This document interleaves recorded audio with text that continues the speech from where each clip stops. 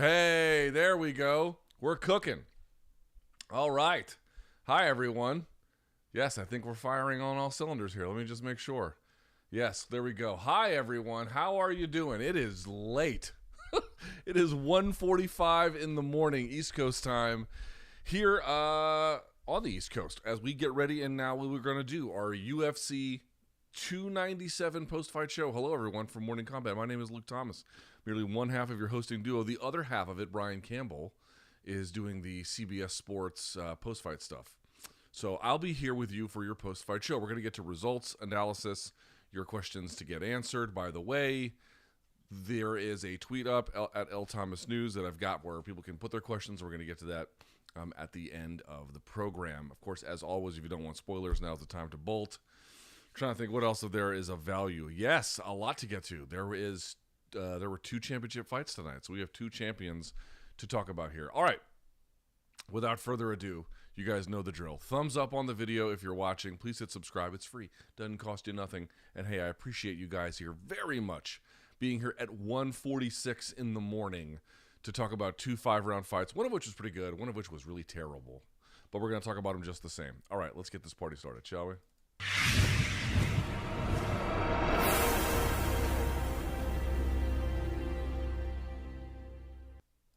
And we're back. I know it's a little not loud. I'm really not sure how to fix that because the gain is all the way up. Let's see. Does that fix it? No, that makes it worse. Yeah, I'm not really sure what to do. I will try to talk at a volume that is helpful for you. All right. So let's get to these results. UFC, let me turn this one off in the background here, if I may. Okay. Yes, very good. UFC 297 is in the books, and with that in mind, hey, there we go. Let's get our instant reaction going. I'm going to turn this off as well. All right. So this is kind of big, kind of interesting. Here's what I'm going to say about UFC 297 to open the show. UFC 297, of course, took place at the Scotiabank Arena. This was in Toronto, Ontario, Canada. This should be of note to you that Ontario, we'll come back to this, Ontario's rules are basically the same ones coming out of New Jersey. And I'm not joking when I say this, circa 2003. They haven't really updated them since then, as to the best of my knowledge. So they're dealing with very old MMA rules, or at least not rules that match the current MMA landscape. That's not really relevant for the main event, but it will be relevant through the course of this program. But okay, we start with the main event. Here's how it goes. Ready? Dricus du Plessis defeats Sean Strickland via split decision. 2 48-47s in one direction for DDP, 1 48-47 for Sean Strickland. I will tell you, I think that's pretty fair. I honestly thought by the end of the 5th round, you could go really either way. I did not think that one guy necessarily... It's not quite true. There is a case for Sean Strickland, 48-47. Really no issue for me. I think it'd be like 1, 3, and 5. If you have a scorecard for Sean Strickland, I'm going to guess it's 1, 3, and 5. If you have a scorecard for DDP, it's probably 1 and 5 Strickland, 2 through 4 DDP. There might be some variation of that, but it's probably something like that. In the lead up to this particular fight, the conversation around the main event was that, one, if you looked at the odds, they were very, very close. Let me make sure no one text me. Yeah, we're good. The odds were very, very close, which I'm sure you understand, and we all understood that. But the fight on paper was really close. We just didn't really know how these two were going to match up or what was really going to be the true fault line or where it would all kind of fall apart if it did and who had a decisive advantage in one particular area versus the other. It was close. It was kind of hard to say exactly how some of this would go. Recall that most people did not have Sean Strickland becoming champion to begin with, and he goes and he performs quite ably and obviously winning the title, and then gets to this position. Same thing for Dricus du Plessis. Not many people had him, at least ahead of the fight, beating Robert Whittaker, and of course he does, and he gets to this position. So you even heard Dominic Cruz, who had some strange commentary tonight related to like cuts and their value, which was kind of weird. Dominic Cruz seemed to think that if like you get a cut in...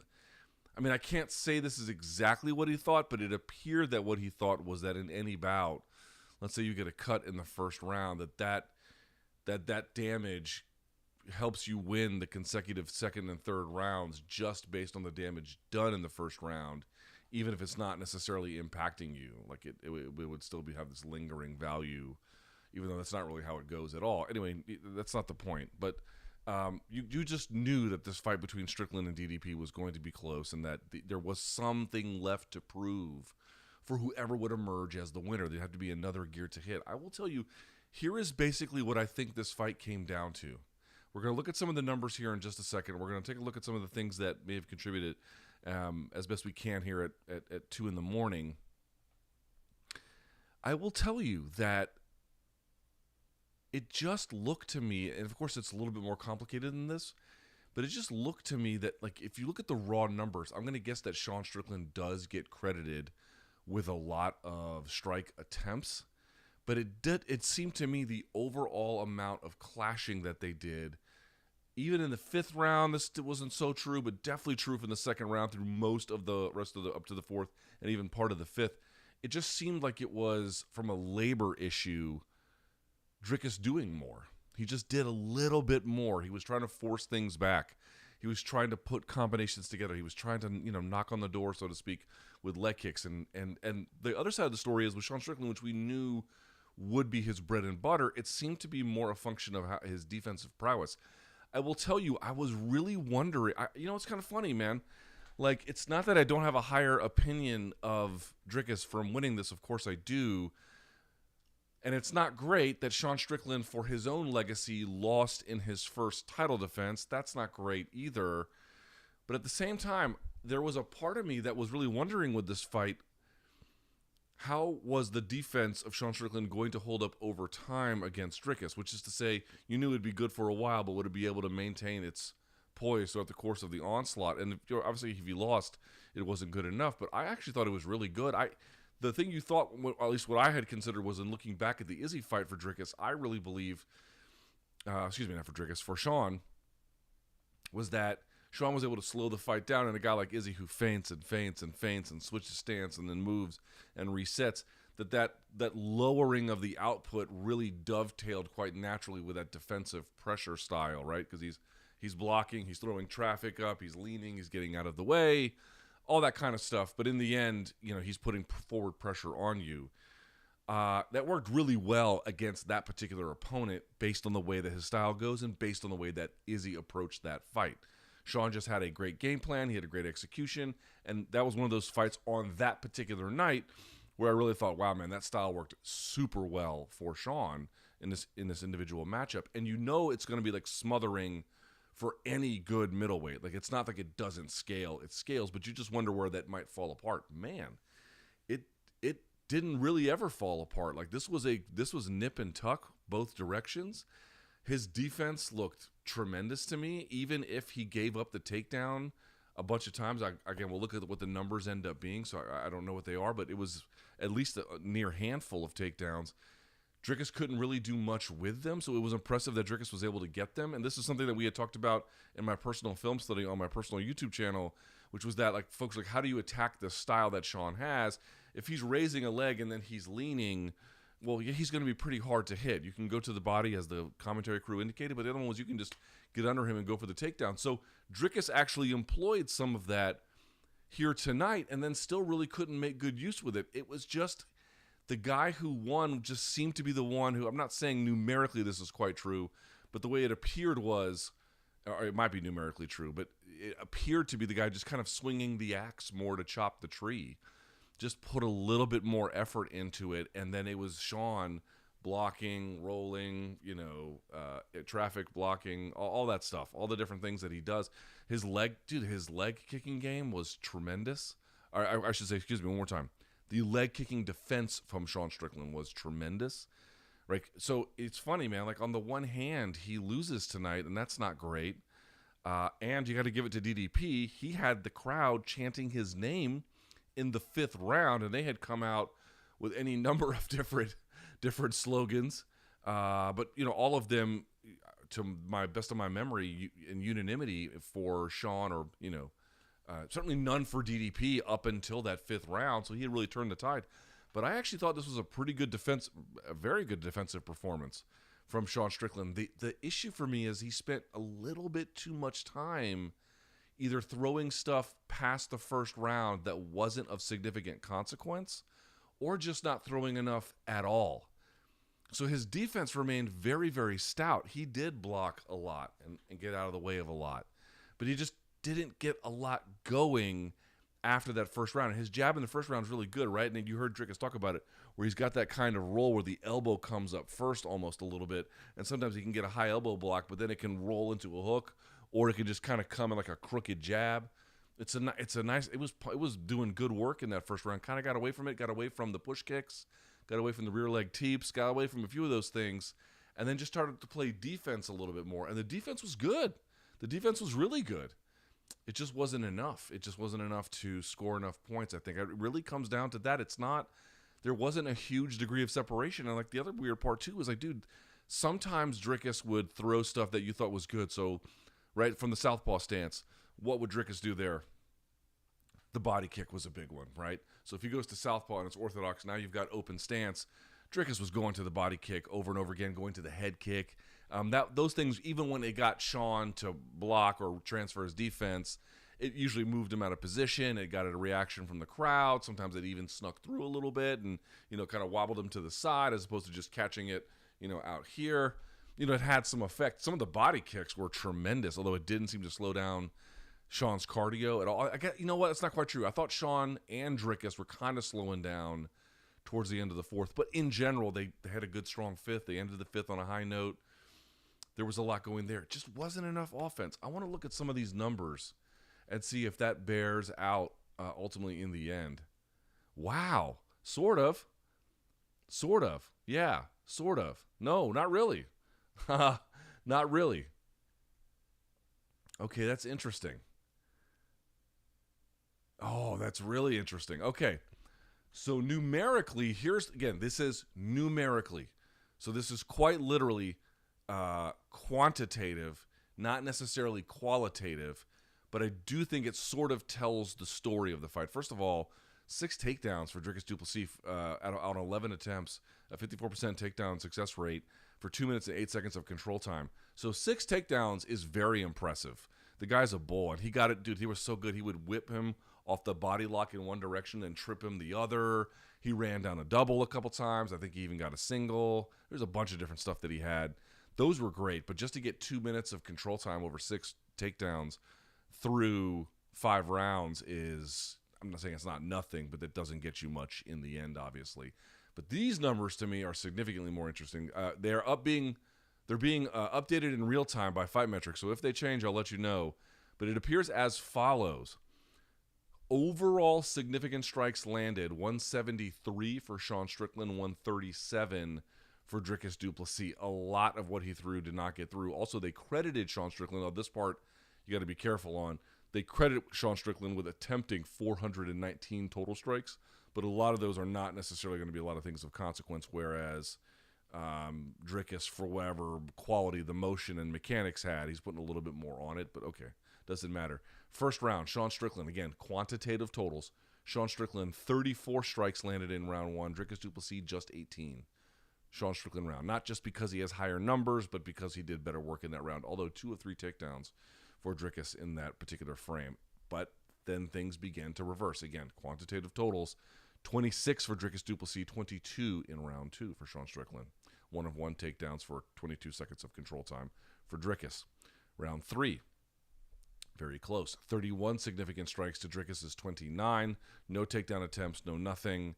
That could be one of those rounds that, again, so since the quantitative total is nearly identical, that comes down to the quality of what the judges ended up seeing.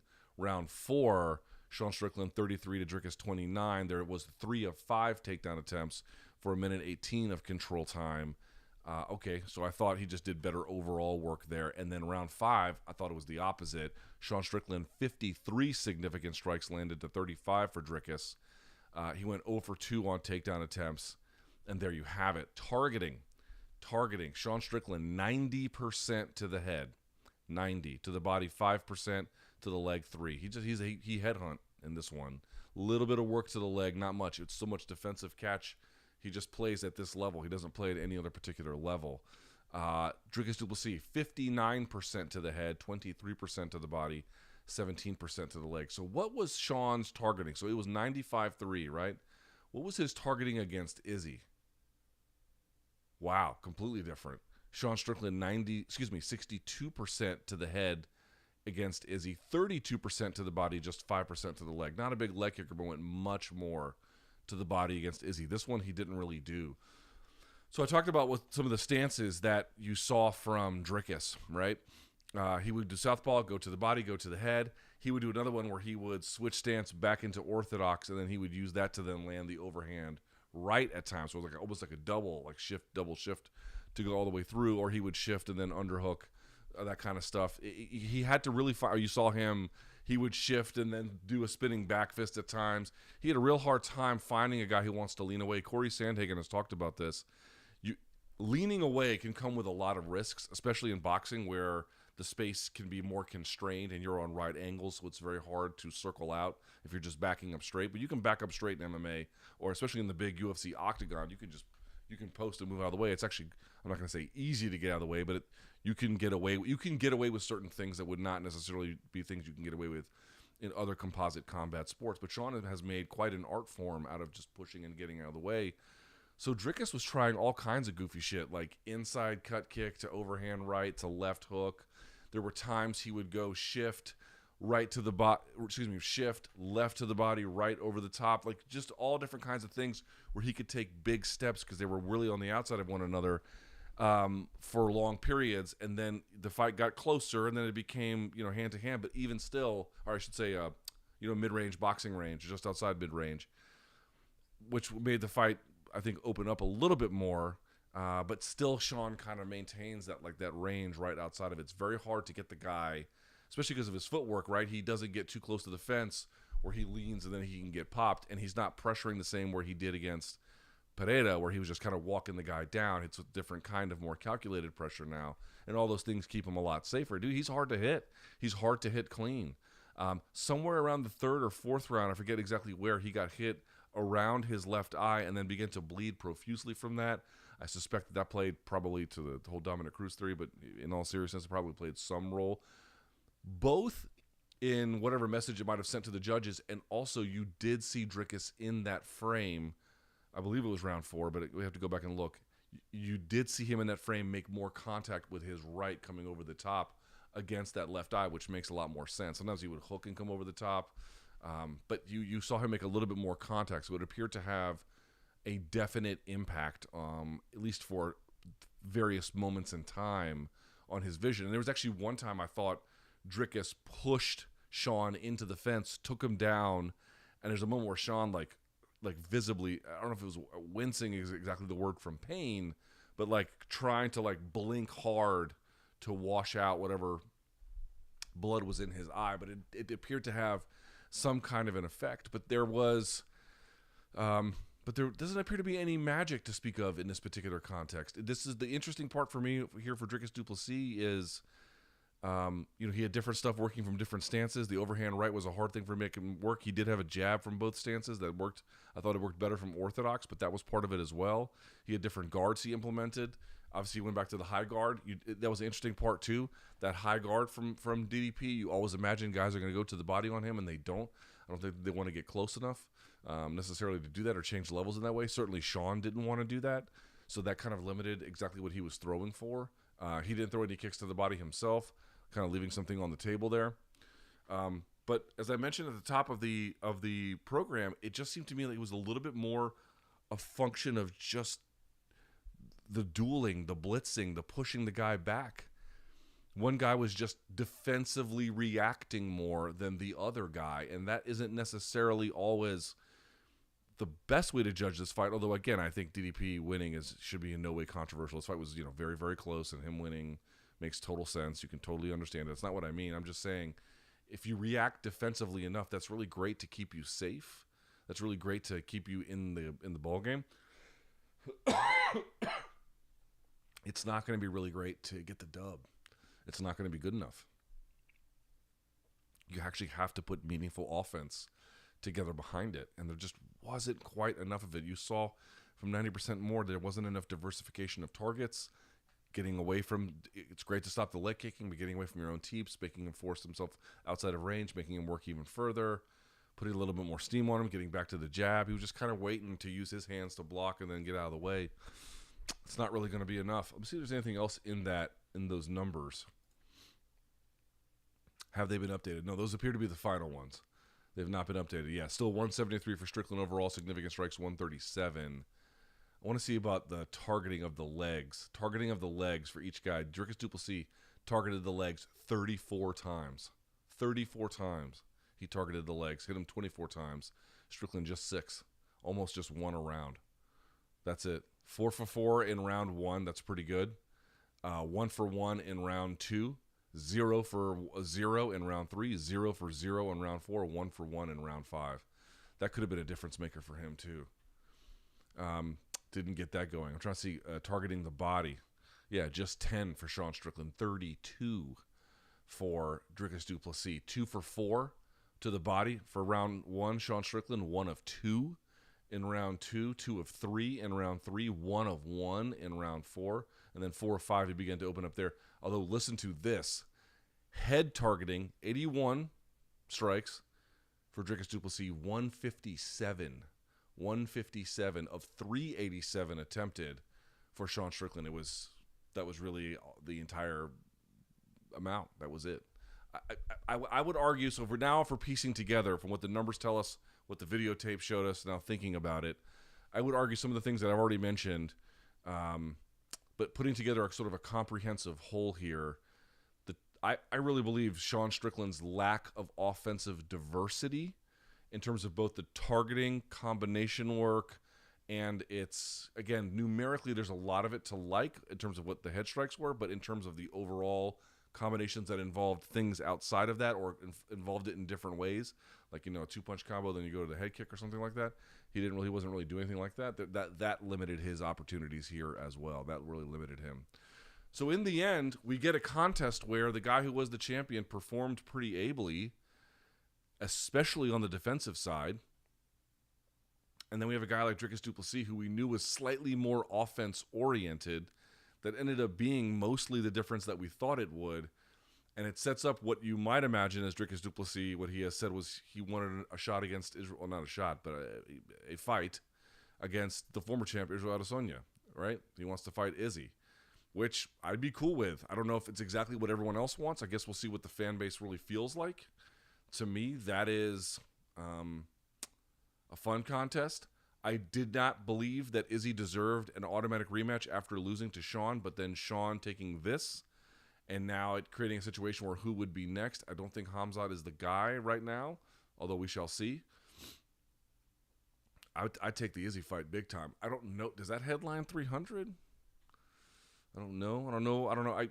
I wouldn't be against it. I don't know if that's exactly the blockbuster main event that people are necessarily hoping for. It could be, but that appears to be a possibility. I really enjoy that fight. And to me, that one is a little bit more interesting. Izzy is not as defensively, his game is not as defensively.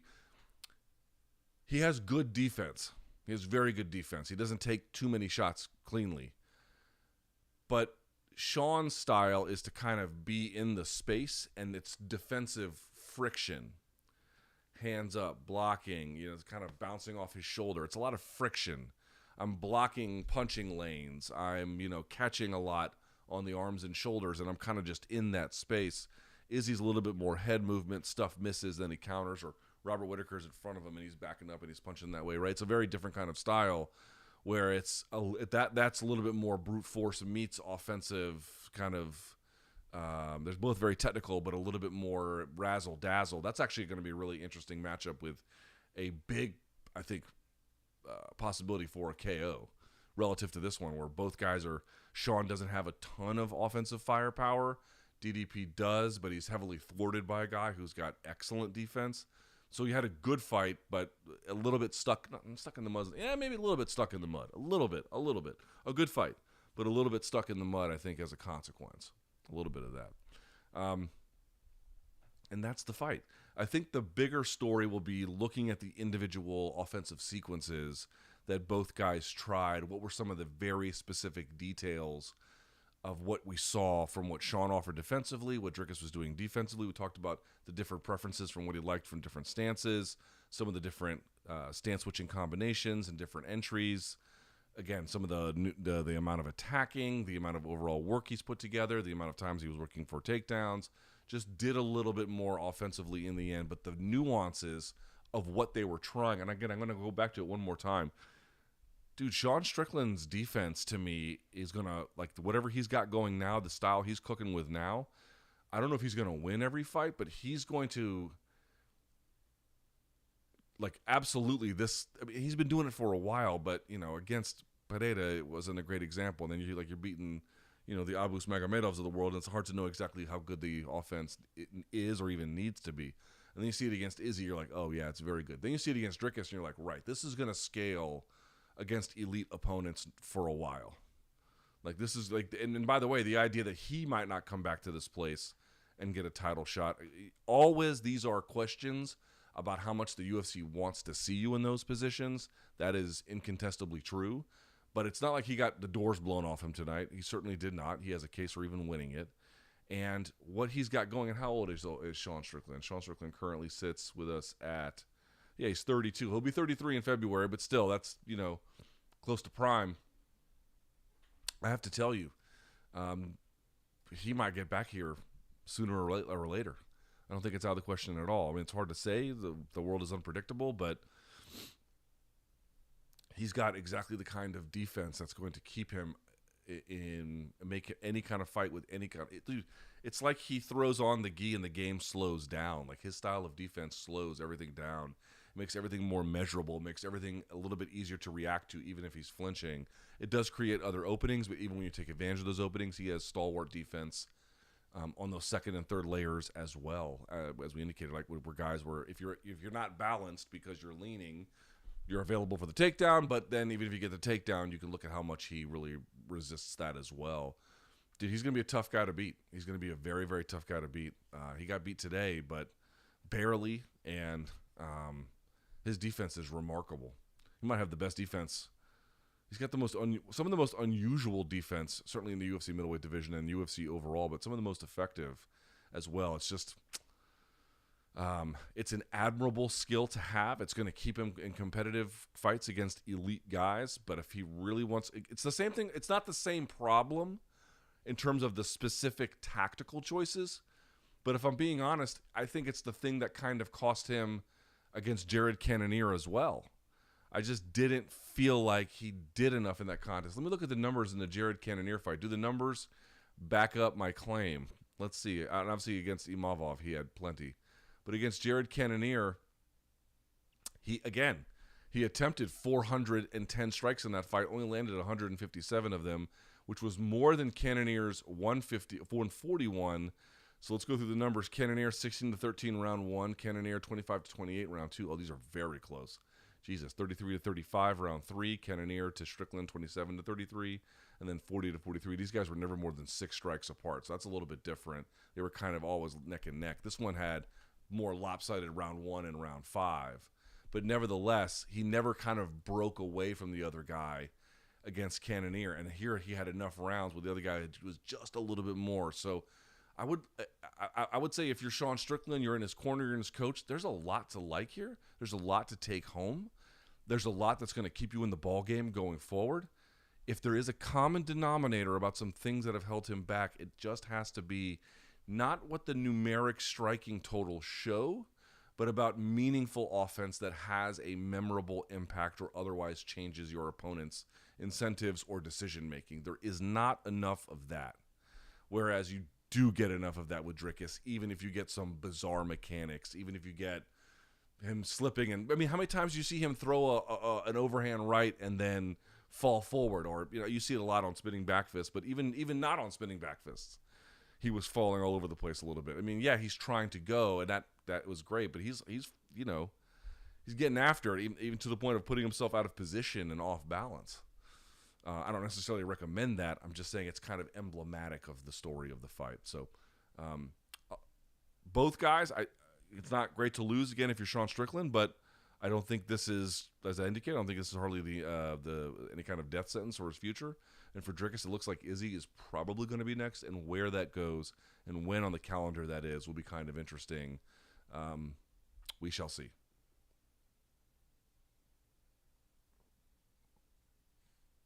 I had to get some water. Excuse me. Okay, we'll get to some of these questions about it here in just a minute. All right, let's talk about this co-main event for as little as possible. Raquel Pennington defeats Mayra Bueno Silva 49-46 on 2 of the judges' scorecards, and then 49-45 on one of the other ones. Not a great fight at all. Raquel Pennington, your obvious and deserved winner. Raquel could have punted on the first few rounds, or the first couple of rounds anyway, and then just won on, again, kind of effort in the last 3. Bueno Silva was not there at all in the last 2 rounds, was barely there in the third. And that fight was terrible. Silva literally finished the fight on her back getting leg kicked, and like not even like hardcore leg kicks, not like Sakuraba leg kicks or something. Just like standard old leg kicks or whatever, just like, kind of keeping you busy. And like laid there for like 30 seconds doing that. Like she was absolutely not prepared for a 5-round title fight. To me, there actually is a pretty cool story here, which Raquel Pennington, over the age of 35, gets a remarkable win, which is really hard to get. Somebody sent me some math, by the way. It turns out that like when you really begin to see decline among elite fighters on the male side, 125 to 170, it's actually not 35. It's actually 34. 34 is when the real switch begins to flip in terms of negative things happening for their chances. But here Raquel Pennington at 35 gets the job done and was the deserved winner. And I will tell you that this was not a position most folks thought she would be in after the 4th round of her fight against Amanda Nunes, when she turned to her corner and said she did not want to go back out there. They kind of cajoled her into going back out there, which ended up being this large controversy.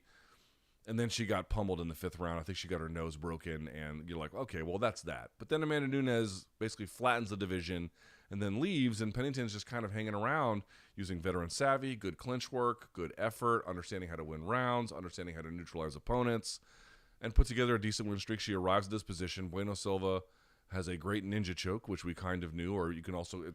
ninja choke's like a newish term. That used to just be called a power guillotine, but whatever.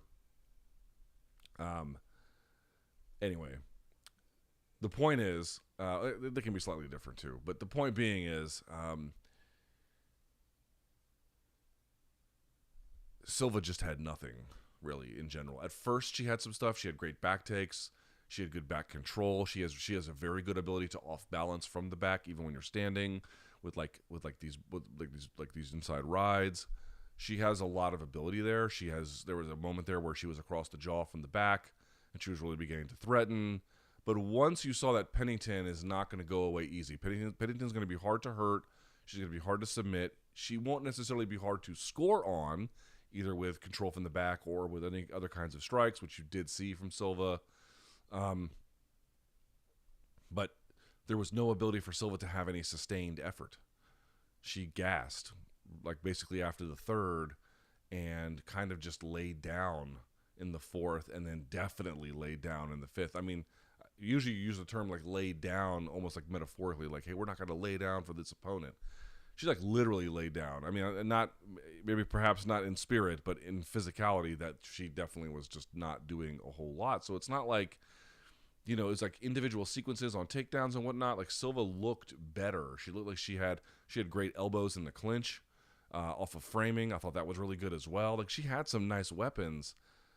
But so much of this game comes down to knowing how to stay alive, how to minimize damage to the extent possible, as we indicated for the main event, knowing how to win rounds, having good cardio, knowing how to push late, right? And just being present in a fight and waiting for a mistake to happen. And a big mistake is either, however you want to explain why Silva didn't have the requisite cardio, that is up to you. But that was the problem. She had not the requisite cardio. And it really limited her attacks, where she was just kind of lazily like working from guard. A couple times she was threatening with triangles, the middle to latish parts of that fight, but they were never really all that close. Yeah, I hated this fight. I didn't like this fight at all. Let me look at some of my notes here that I made, if I can. I had to take notes on this one because I was like, I'm not going to forget. I remember a goddamn thing. Yeah, initially great leg kicks and then back control, ninja choke, and then when that would fail, like she would go for the ninja choke, right? And then she would try and lock it up here, and then it would pop out. So she would take that elbow and then just slice with it. That was nice. I like that. Round 2, again, elbows and clinching, framing, and there was some good body work she was able to do. Pennington was able to start scoring over the top with right hands off her blitzes. And then there was the back take and then the semi-close one over the jaw, round 3. That I even have in my notes. She begins to fade and then sits to half guard to like thwart choke attempts, which is a bad news. Didn't threaten from guard at all, hardly in round 4. Had a failed arm triangle from mount. Raquel Pennington did, which somehow never. It felt like she had the mount and mounted arm triangle for like 7 days, and it just didn't finish. I think there was like 3 minutes left in the round, and Daniel Cormier was like, she'll lay here for 3 minutes. And I was like, I think Cormier's right. So terrible fight. Not that interesting. It just felt like a sort of standard women's bantamweight fight that just happened to be 5 rounds. I feel great for Rocky Pennington's story, someone who's been around a long time, someone who's put in a lot of work, someone who's been in the trenches, someone who waited her turn. You have to feel good about that. There was a lot of factors that could have prevented her from being here, and they would have tripped up a lot of fighters. They didn't trip up her. She was able to make it across the finish line, and for that, I think we should all be appreciative and respectful of what she's been able to achieve. At the same time, how does one look at a result like this and think that, like, let me just ask you, if you're Valentina Shevchenko, do you like your chances of winning the belt back or winning the belt at 135? Got to tell you, I would. I'd like my chances. Pennington, you knew that this fight was going to take place in the clinch, and she's going to be able to, even though her coaches were telling her to fight her at distance for most of the time, but the clinch is like a safe zone. She knows how to work there. She knows how to stay safe. She knows how to turn. She knows how to cover. She knows how to do a lot from there. She knows how to trip. She knows how to punch. She knows how to like underhook and pull and turn. She's got a lot of safe places. She just really knows how to hang out in some of those spots. You knew it was going to get there. You just didn't think it would wear out her opponent to that point. I'm just sort of trying to say, like, what's the... Pennington is very well-rounded. Pennington had a great game plan, and well, that's not quite true. Her coaches had a great game plan. She didn't execute on it, but she still nevertheless managed to get the win. I mean, that's sort of the part that really kind of gets me. It's like she didn't really execute on what it appeared that her coaches wanted her to do and still was able to get the job done, which means it was like a really epic collapse in my view from Silva. But like, did you get the opinion when you watched this that the winner had like a mandate? You know, like, oh, wow, like this person's like the person in this division. You know, and I recognize the division is not strong, but I'm like saying, did you get this overwhelming show of force from the champion? You didn't get that from DDP, but you have seen it as recently as his last fight before this, and in many others as well. Rocky Pennington's career is filled with a lot of great wins and a lot of respectable performances, but a lot of decisions, a lot of split decisions. I think she's got 4 finishes overall, 3 by choke, only 1 by KO or TKO, and I think it's like through 18-plus fights or something like that in the UFC. It's a lot, right? I mean, or I should say it's not much, but it's a lot of overall work, but not that much in terms of the kind that we really value. I did not walk away from this performance thinking, well, she's clearly going to be the champion for the foreseeable future. I didn't get that opinion at all. So she is that tonight. That is very much something that we should not take from her. We should not completely be like, oh, it's, I saw people being like, close the division. Well, that's a little strong.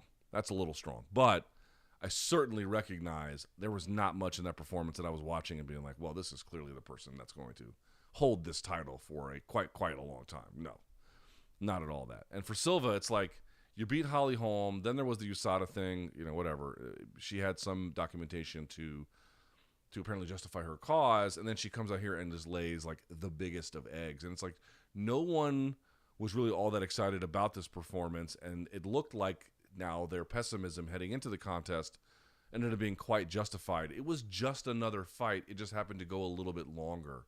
But like, there was no The DDP Strickland fight was not a crazy barn burner, but you could tell there was a lot of different intricacies of two guys who were ready to go for 25 minutes. And again, it was nip and tuck.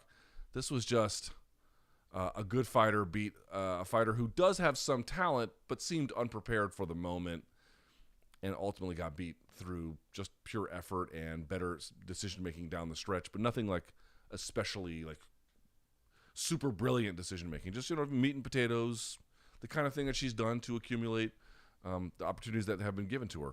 I respect it, but it's, we have to call it what it is. It's not like the highest level of achievement and or ability we have seen in the fight game. It's good for what it was, and that's really, that's fine, but it's not much more than that. So I don't have much more to say on this one. Are there any numbers to this one that are kind of interesting? Let's see, just very briefly, if I may. I haven't even looked at these yet. Jesus. Raquel Pennington, 134 significant strikes landed to Silva's 69. Yikes. Pennington's credited with 1 takedown out of 3, 2 sub-attempts, 2 reversals. Silva credited with 3 of 9 takedowns, 3 sub-attempts, no reversals. Pennington actually accumulating 11 and a half minutes of control time. Silva, 8.5 minutes, or nearly 9 minutes, excuse me. Now, control time in this particular case, not just on top, but pressing into the fence. So it's a little bit warped. Let me just see if there's anything in the numbers. No, not necessarily. The targeting, it all looks about as you might expect. Yeah, not a lot of leg kicking either, necessarily, especially from Raquel Pennington. But you kind of knew that heading in. All right. Elsewhere on this card, Neil Magny defeating Mike Malott. Dude, what the fuck happened here? Wow. This was a bad loss for Mike Malott. He loses via TKO at 4:45 in round 3. All he had to do was hang on. Now, maybe round 3 would have been 10-8. Maybe. Probably not, but maybe. And it would have been a draw. But that would have been better than what happened, which is him getting finished with 15 fucking seconds left in the fight. Okay. Jesus. Mike, what happened here, dude? What happened? All right, I'll tell you what happened. I literally was watching this fight being like, I think Neil Magny is shot. Like, I don't even know what he's got left. And he did not look great. We should be clear. First 2 rounds, I wrote on Twitter that he had lost the fight through the first 2 rounds everywhere, and that's true. There was nowhere he was winning that fight where it was being contested. There was nowhere he was winning that fight. He was losing in the stand-up. Again, not necessarily horribly, but the leg kicks were landing, certainly in like round number 1, for example. To the extent that Malott wanted the takedowns, I believe we'll go to some of the numbers here as well. I want to see those. Yeah, let's see these takedowns for Malott. He got 4 of 6, not winning in the first. He got 2 in the second. He got 2 in the fourth, or 2 in the third, of 4. And then it blew up in his face. Listen to these numbers. 20 significant strikes landed for Mike Malott in round 1. Just 5 for Neil Magny. Round 2, 21 significant strikes landed for Mike Malott. Just 6 for Neil Magny, plus the 2 takedowns, plus 3 minutes of control time.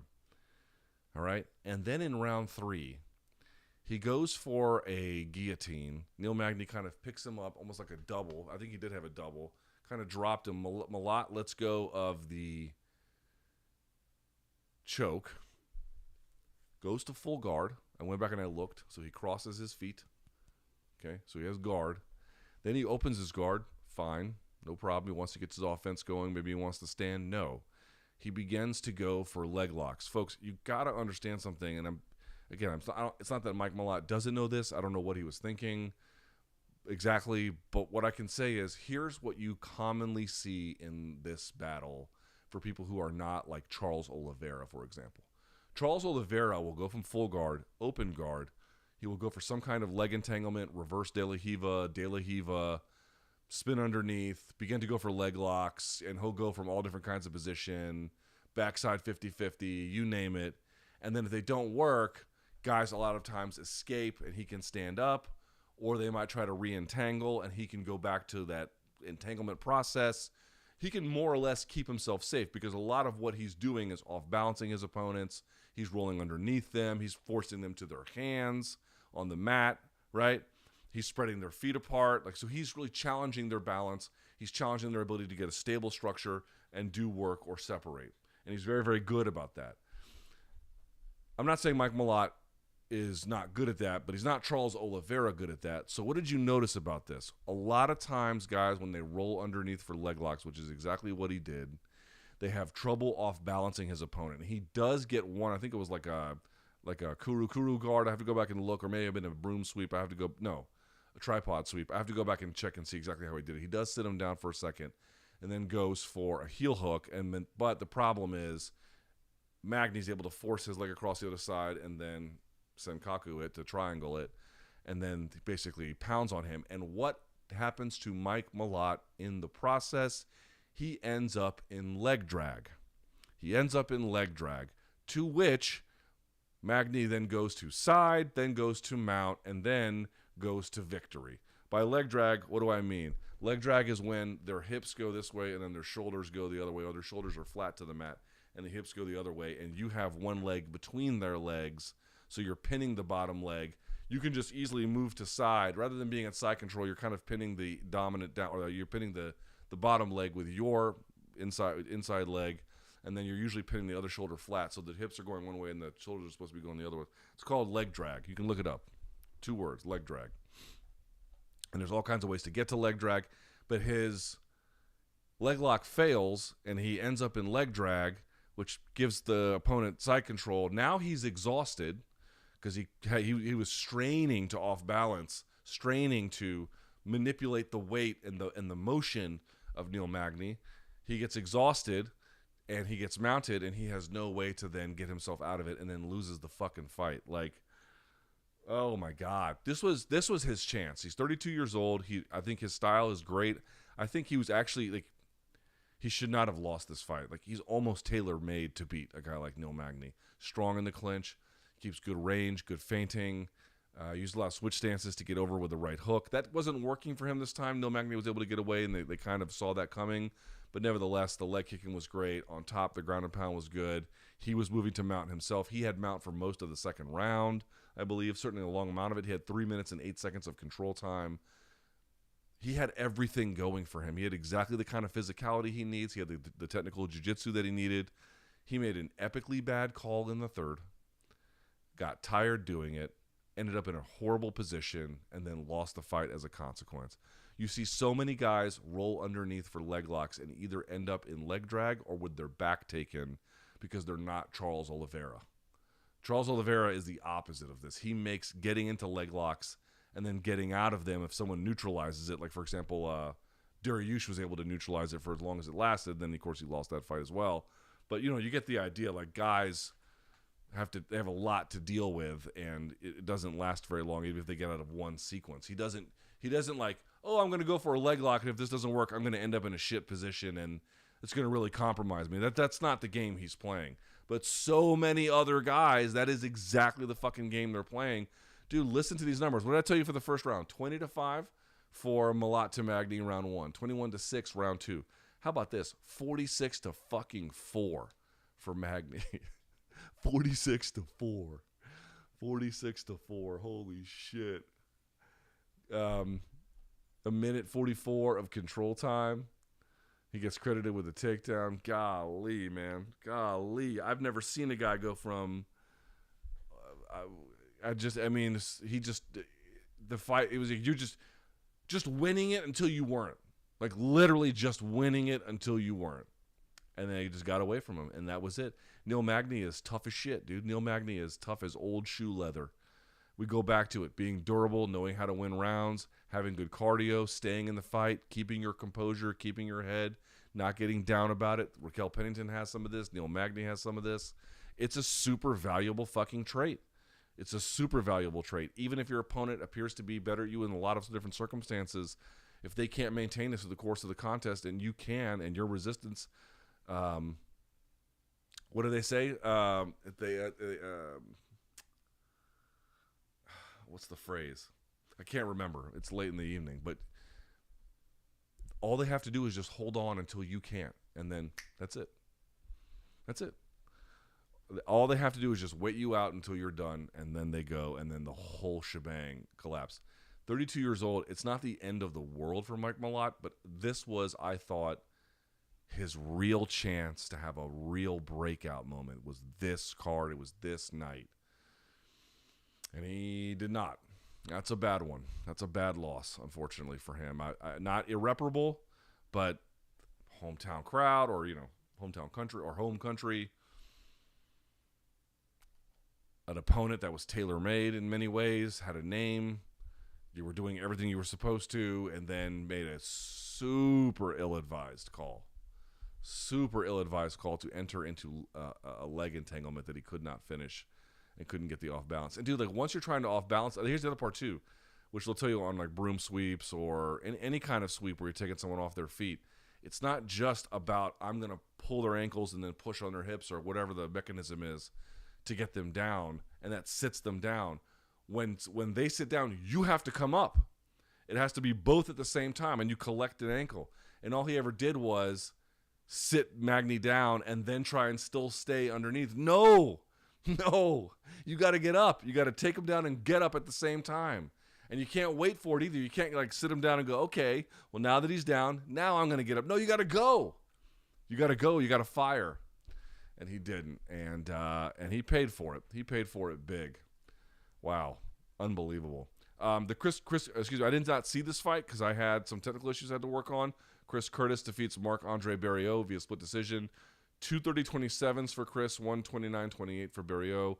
My understanding is this fight was pretty close, but in the end, Chris was the deserved winner. I don't have a lot to say about this one because I had missed most of it to deal with some other issues, which takes us now to Movsar Evloev, or how did they say it? Movsar Evloev. I'm just going to call him Movsar.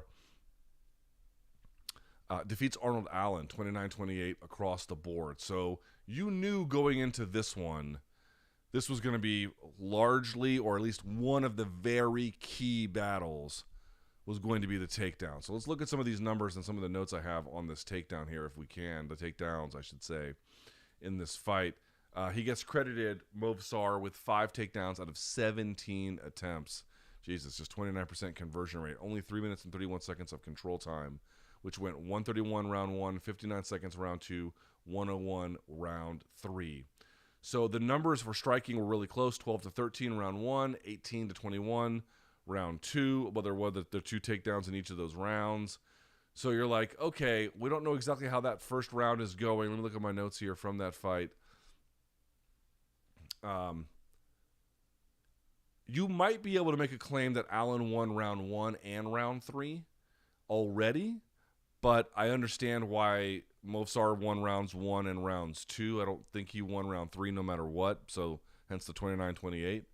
I thought Allen's footwork was really good in terms of keeping him light and turning at angles.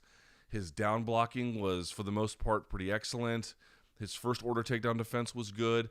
Not so much his second, but then his resistance to getting up and never relenting to the position, I thought was excellent. But I thought there were 2 major things that really tripped him up in this fight. One, he went for a lot of body work, which I do think is helpful and relevant, but it does not score to me as easily for the judges as something where the impact is more demonstrative, aka getting punched in the head, and then the head flops back. It's demonstrative. The judges can see this. It looks like something. Whereas getting hit in the gut, the guys might be having the best poker face that you've ever seen in your life. You don't even know that they're hurt at all, and they could be screaming inside with pain, but there's no real public account of it. I think over time that this has cost a lot of guys who've invested in body work a lot. I don't think that necessarily did him a favor, although I did think that his down blocking was good, but as Dominic Cruz noted, it kind of took away from his jab, right? Because you have to hang it to down block. You can't have it up here to go. But really, what the true story of the fight is round 3.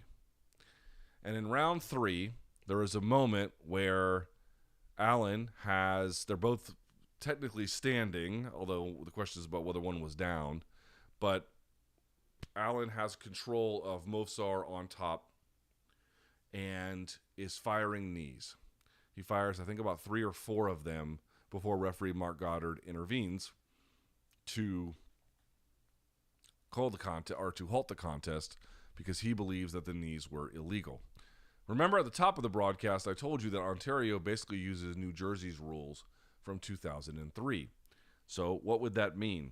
What that would mean is if one hand is just touching the mat, you're down. Okay? It doesn't have to be just it doesn't have to be full hand. It could be fingertips. It doesn't have to be fully weight bearing. It just means you have to have contact. So what he was doing is from that front headlock, he was, like you saw with Gegard Mousasi and Chris Weidman, picking him up a little bit as he's throwing so that the knee is hitting him when his hand is literally like pulled off the mat to make the shot legal. Because if your knee is down, it doesn't matter if your hands are down, you're down. But his knee was not down. They were bent over at the waist. The only thing that was touching the ground were the soles of their feet and then Movsar's hand. So if you're pulling him up and then firing the knee, they should be legal. And it clearly won him the round, right? No, even though what happened. So Marc Goddard does not take a point, but he gives Arnold Allen a stern warning. And then they resume. So Allen still wins the round, but this was a point where he was like landing damaging shots on Movsar Evloev, and it looked like, or Evloev, however you're supposed to say it, and it looked like not that a finish was imminent, but that this was the kind of thing that if it went just a little bit longer, could have resulted in something really bad for Movsar. Could potentially even a stoppage. Again, we weren't close enough to really say that, but sure enough, the most damaging best work that Allen had in the fight was ultimately artificially halted and then stopped by virtue of this rule and the way in which it's interpreted. I have tried to make the case to folks that the people who might run one championship, they seem like not trustworthy people when they open their mouths, but the product that they put out, the one championship product, is actually quite good. And in fact, I would argue that one's rules to me make a lot more sense than any version of the unified rule, because here is the reality about this. Is it the fingertips? Is it the full hand?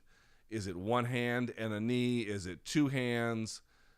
Or is it weight bearing? Is it not? None of those rules ever seem to solve the problem. At its core, you have to have rules that referees can enforce in real time.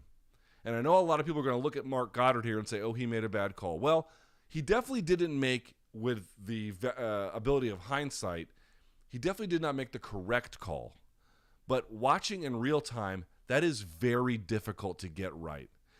You're not the home plate umpire and you can see the runner running, rounding third, and he's going to come in for a home plate collision. And so you can focus all of your attention on that one moment, and you've got a few seconds to get ready. It just happens out of nowhere, and then it happens a bunch of multiple times. It's very, very difficult to adjudicate, especially jurisdiction to jurisdiction, which might have weight bearing, fingertips, all that whole shit, one hand, two hand, whatever. It's very difficult to adjudicate that in real time, even for an experienced pro referee like Marc Goddard. Marc Goddard is not a bad referee. That doesn't mean I think he made a great call, but I don't think that the preponderance of evidence shows that he is a bad referee. What it shows is that the sport needs rules that the public can relatively easily understand, that are not a huge trade-off for safety, and that can be enforced in real time. I would humbly submit to you folks, there are better ways to enforce safety and what kinds of circumstances where knees can be, or heads can be kneed, than the way in which we do it. I would argue to you that knees to the head of the body should be, or knees to the head of a grounded opponent should only be illegal when their back, or when their chest is facing the ceiling, when their back is touching the canvas. But such that they are on their knees, to me, it should be fair game. That's a better rule, especially if everyone knows to expect it. Doesn't mean everyone always will, but the data that we have from one championship in evaluating how many bouts were ultimately concluded because this is an extra way in which opponents can be hit in one that they can't be hit, for example, in anyone using the unified rules, it's a very, very small amount, and it's only like some of the heavier weight classes. It's not hardly at all what you think. Eric McGracken from Combat Sports Law has some of the numbers on this. It's actually quite small. But in the relevant cases where it could be very important, you at least have that option, and everyone's got clarity no matter what. You can only be kneed if you're on your back. Other than that, fuck off. And you might be asking, well, why can't you be kneed on your back? Your head has nowhere to flex. your neck can move, right? You can move it all around. If you get hit in the head, it has the ability to flex. If your back is on the canvas, it does not have that. And so I think it should be outlawed in circumstances like that. But if you're on your hands and knees, if you're on your base, it to me is completely fair game. There's other ways you can be hit. Like if there's people who are in two leg lock situations, I think you should be able to hit the other person in the face. If both are seated, then it could be a thing. But I just don't want it if one is not seated and then one is down and one isn't, one is seated, one isn't. That's the asymmetry that creates a problem. Certainly, we can all agree in the situation of someone trying to wrestle and then failing to do so because someone else stopped him, you should be threatened by knees. It should force action. It should force scrambles, not so guys put their hands on the mat and then expect the rules to save them. The rules should not save them. Their own defense is its own reward. Your defense should save you, not this shitty-ass rule that doesn't do anybody any good at any point. That's what I believe. So Allen comes up with the L. I thought that I thought both guys looked fantastic. You knew that this was going to be a very, very difficult fight. I will tell you that, I don't know where he is in the rankings, old Movie. Where are they? Where is he in the rankings? This is before, obviously, this has been updated. Arnold Allen was sitting at 4. Movsar sitting at 9. He might jump into the top 5. Ilia Topuria is already sitting at 5. Who's going to get a title shot? Dude, Movsar might be next. I mean, I guess if Ilia wins, there's going to be a rematch. If Volk wins, does he go to 155? I guess we don't know. I guess we'll see. Max is going to fight Justin Gaethje next, so Movsar might have gotten himself a number 1 contenders fight out of this. We shall see. He might have one more in front of him, potentially 2. I doubt that, but at least one more maybe. But he's right up there. This is going to be a big, big win for him. And again, it's not like Arnold Allen looked bad. You have to, if you have a rule where good referees have a very difficult time getting it right, your rule doesn't work.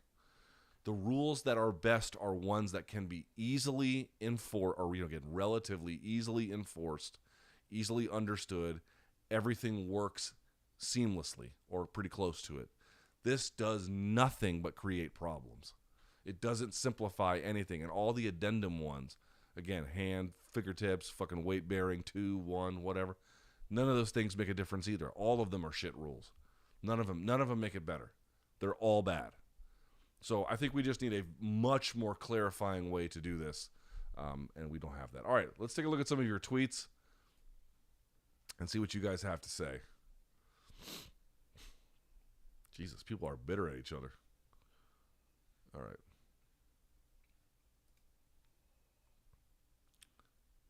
Let's see what we got. What happened to Canada? Canada used to produce some of MMA's top contenders: GSP, Hominick, Loiseau, Kang, Cote. Now I'm struggling to think of anyone that is even sniffing a major title other than OAM, and he just retired. Flash in the pan? Or part of the cycle? I definitely think part of the cycle. It's still big there. I think the market has been suffering from some of the rules that various commissions have used. I don't think the pandemic helped. The retirement of St. Pierre. There was a lot of factors where it kind of dampened the scene, but there still is overall, with the amount of teams and the amount of talent and the amount of resources, there's still a lot of fighters coming out of there. And also on the boxing side too, right? We just had, I know he's from native Chechnya, but he's really made Montreal his home for quite some time. Artur Beterbiev, granted different sport, but nevertheless, Canada and Canadian-based athletes being able to do something on a world-class level, there's no good reason why they couldn't. But I also think the other part is too, the rest of the world has caught up. The rest of the world has caught up big time. There's a lot of other hotspots that have had dramatic growth. France, I think, is poised to have dramatic growth. Australia has had dramatic growth. When Canada was hot under GSP, who did Australia have? Elvis Sinisek, who was the hippo? What was his name? The hippo, the MMA fighter. What the fuck was his name? The hippo. MMA fighter. Hold on, he was what was his name? Anthony Perosh. You know what I mean? That's who you had. So it's part of a cycle. There's no good reason why it couldn't be the other way, but I just feel like the various factors aforementioned have kind of dampened the enthusiasm. But yeah, the expansion of it more globally in the other markets has displaced them to a significant degree. How much better can Dricus get? I think a little bit better for sure. I don't think he's at his peak. There's a lot of things he can clean up. There's a lot of things he can add. But as you can see, he's a bull. Why did Sean abandon the teep kick? Part of the pressure, I think. I don't think he felt like maybe it was working, or he wanted to just he preferred the range they were fighting at because he thought he could make better contact that way. I'm not sure.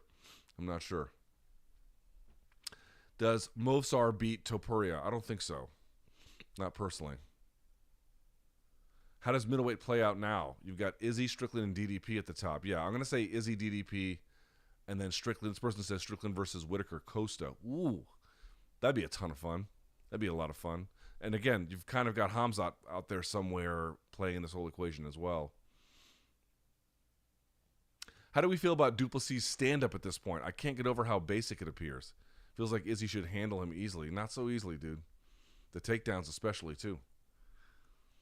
It's mechanically weird. It's tactically good enough, you know? How quick does Dana look to get the belt off of Pennington? And how does Valentina do it? Well, she's got business with Grasso first, you know? But as soon as that's over, because either you're going to be champ or you're going to go for it, or you can just leave and then go 135. Why do prelims end up being more exciting than the main cards? Because a couple of them were squash matches. That Jazz Davicius fight was against Cachoeira was a fucking waste of everyone's time. I mean, good for Jazz Davicius. She looked great, right? Amazing. Dude, that fight ended up being the biggest differential in terms of strikes. It was like 323 to like 33 or something. If you're getting your ass kicked 2 back-to-back 10-8 rounds, I think one of them was 10-7, not only should the fight have been stopped, that fight shouldn't have been made to begin with. Plus, remember, Cachoeira missed weight, so that ended up being a bantamweight fight on top of it. Dude, Cachoeira has caught 2 of the biggest L's, not merely in that division's history, but in women's MMA history. Like an astonishing amount, right? Astonishing. Okay. I know everyone is pushing for Izzy DDP, but considering this fight was so close in a split decision, should they look to run this back? No. You could run it back if it felt more controversial. It feels like, yeah, either guy could have won, but is there really like a DDP or Sean was robbed? I don't think Sean was robbed, right? It just felt like, as I mentioned, one guy was just doing a little bit more. Do you think atomweight could spark women's MMA in the UFC? That's where they're going to scale. They're not going to scale 145 and up 90 times soon. They're going to scale down. You've got Japanese talent that can fill those ranks. You got American talent that can fill those ranks. Invicta already has a 105 division. You're going to scale that direction. Should there be a rematch? No. Can DDP recover in time for 300? I have no clue. How bad does a focused Izzy piece DDP up? You guys know I'm like pretty high on Izzy, and even I think people are really underestimating what that dude offers. Tough as nails, dual threat in terms of ground and standing, and the mixing of the two. By the way, a consistent ground threat. Well, he went into this fight averaging 2.72 takedowns per 15 minutes. What is Dricus' number now? Let's see. So it's 2.72 heading into the fight, and now his takedowns per 15 minutes stayed the same, 2.72. Still fucking high. Nearly 3 per 15 minutes. Nearly 1 a round. That's a lot, dude. That's a lot to deal with a guy like that. It's a lot. I think people are underestimating that a little bit. What about thoughts on allowing champions to walk out with their belts or a celebrity guest similar to boxing? I'm okay with it. My only request that they don't do is the one thing I hate in boxing is they'll have like some rapper come out with them and then they just lip sync, like obviously lip sync. It's like the worst shit on earth. I hate that. So as long as you're not doing that, I'm cool. Someone says, I had Strickland's winning round 1, 2, and 5. Yeah, I don't agree with that one. Rounds 1, 3, and 5, maybe. Izzy versus DDP 300 possible, yes? So is this congrats to DDP for being the first real African champion? Okay, can we please stop that? I mean, just focus on the win, please. Do you think Sean will reach his title shot again at any point in his career? Yes, as I indicated. Do you think Arnold Allen won? I don't think he won, but if I were him, I'd want that fight overturned. Does Ronda Rousey beat both of those girls? Yeah, dude, not only do I think Shevchenko has a chance to win, if I'm Ronda Rousey, I'm like, do you like your chances? You might. You just might, Will we ever have 5 judges? No. Strickland landed more and the takedowns were worthless. How does this not go to Strickland? He numerically landed more, that's true. The takedowns are not quite worthless, although in many cases I grant they didn't do a whole lot. I still think that the general nature of what he was landing was more impactful. The body kicks, remember, Sean only landed punches basically to the head, right? 90% targeting of all strikes. He didn't land any kicks to the head, and I recall, I don't even know if he threw any kicks to the head, so that means those were all punches, and some of those were great.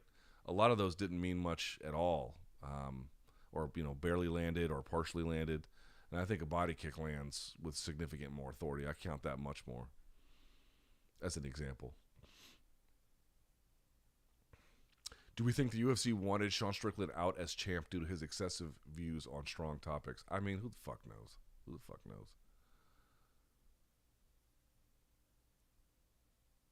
Again, this person says Sean needs one more offensive weapon. Agreed. There's a little bit of fine-tuning that has to go into it. Doesn't Izzy destroy DDP? He certainly could. I think people assuming that that's what's going to happen are... Izzy has the propensity, again, that one's either going to be Izzy by knockout or stoppage or DDP by stoppage. I would be shocked if a fight like that went to the cards. I'll put it to you that way. Much more combustible in that sense. Strickland was robbed. No, definitely was not robbed. Why is there not more talk about women's bantamweight being binned? I mean, thrown in the trash when it's widely accepted knowledge that if Cejudo beat DJ, men's flyweight was cooked. Yeah, I don't know. I don't know what the fuck that means. It's 3 a.m. All right. Thank you guys so much for watching. I appreciate it. Reminder. Here's what 2 things you can do. How about this? Ready? How about this? Huh? How about that? You can subscribe. That's what you can do. You can do that right now. Subscribe. Hey, Monday show. Big-ass Monday show. We're going to get to all of this and then some. Crazy-ass week. Crazy-ass weekend. We're having another MK show on Monday. Join us. Join me and BC for some revelry, huh? Revelry. Join us. Join us for fun. Join us for merriment, refreshments, and everything else in between, yeah? So it's I appreciate everyone sticking around and watching till fucking 3 a.m, especially for a card that was kind of so-so. But I love you just the same. So thank you guys. I appreciate it. Thumbs up. We'll talk to you on Monday. And until then, stay frosty, bitches. Mwah. Let's go.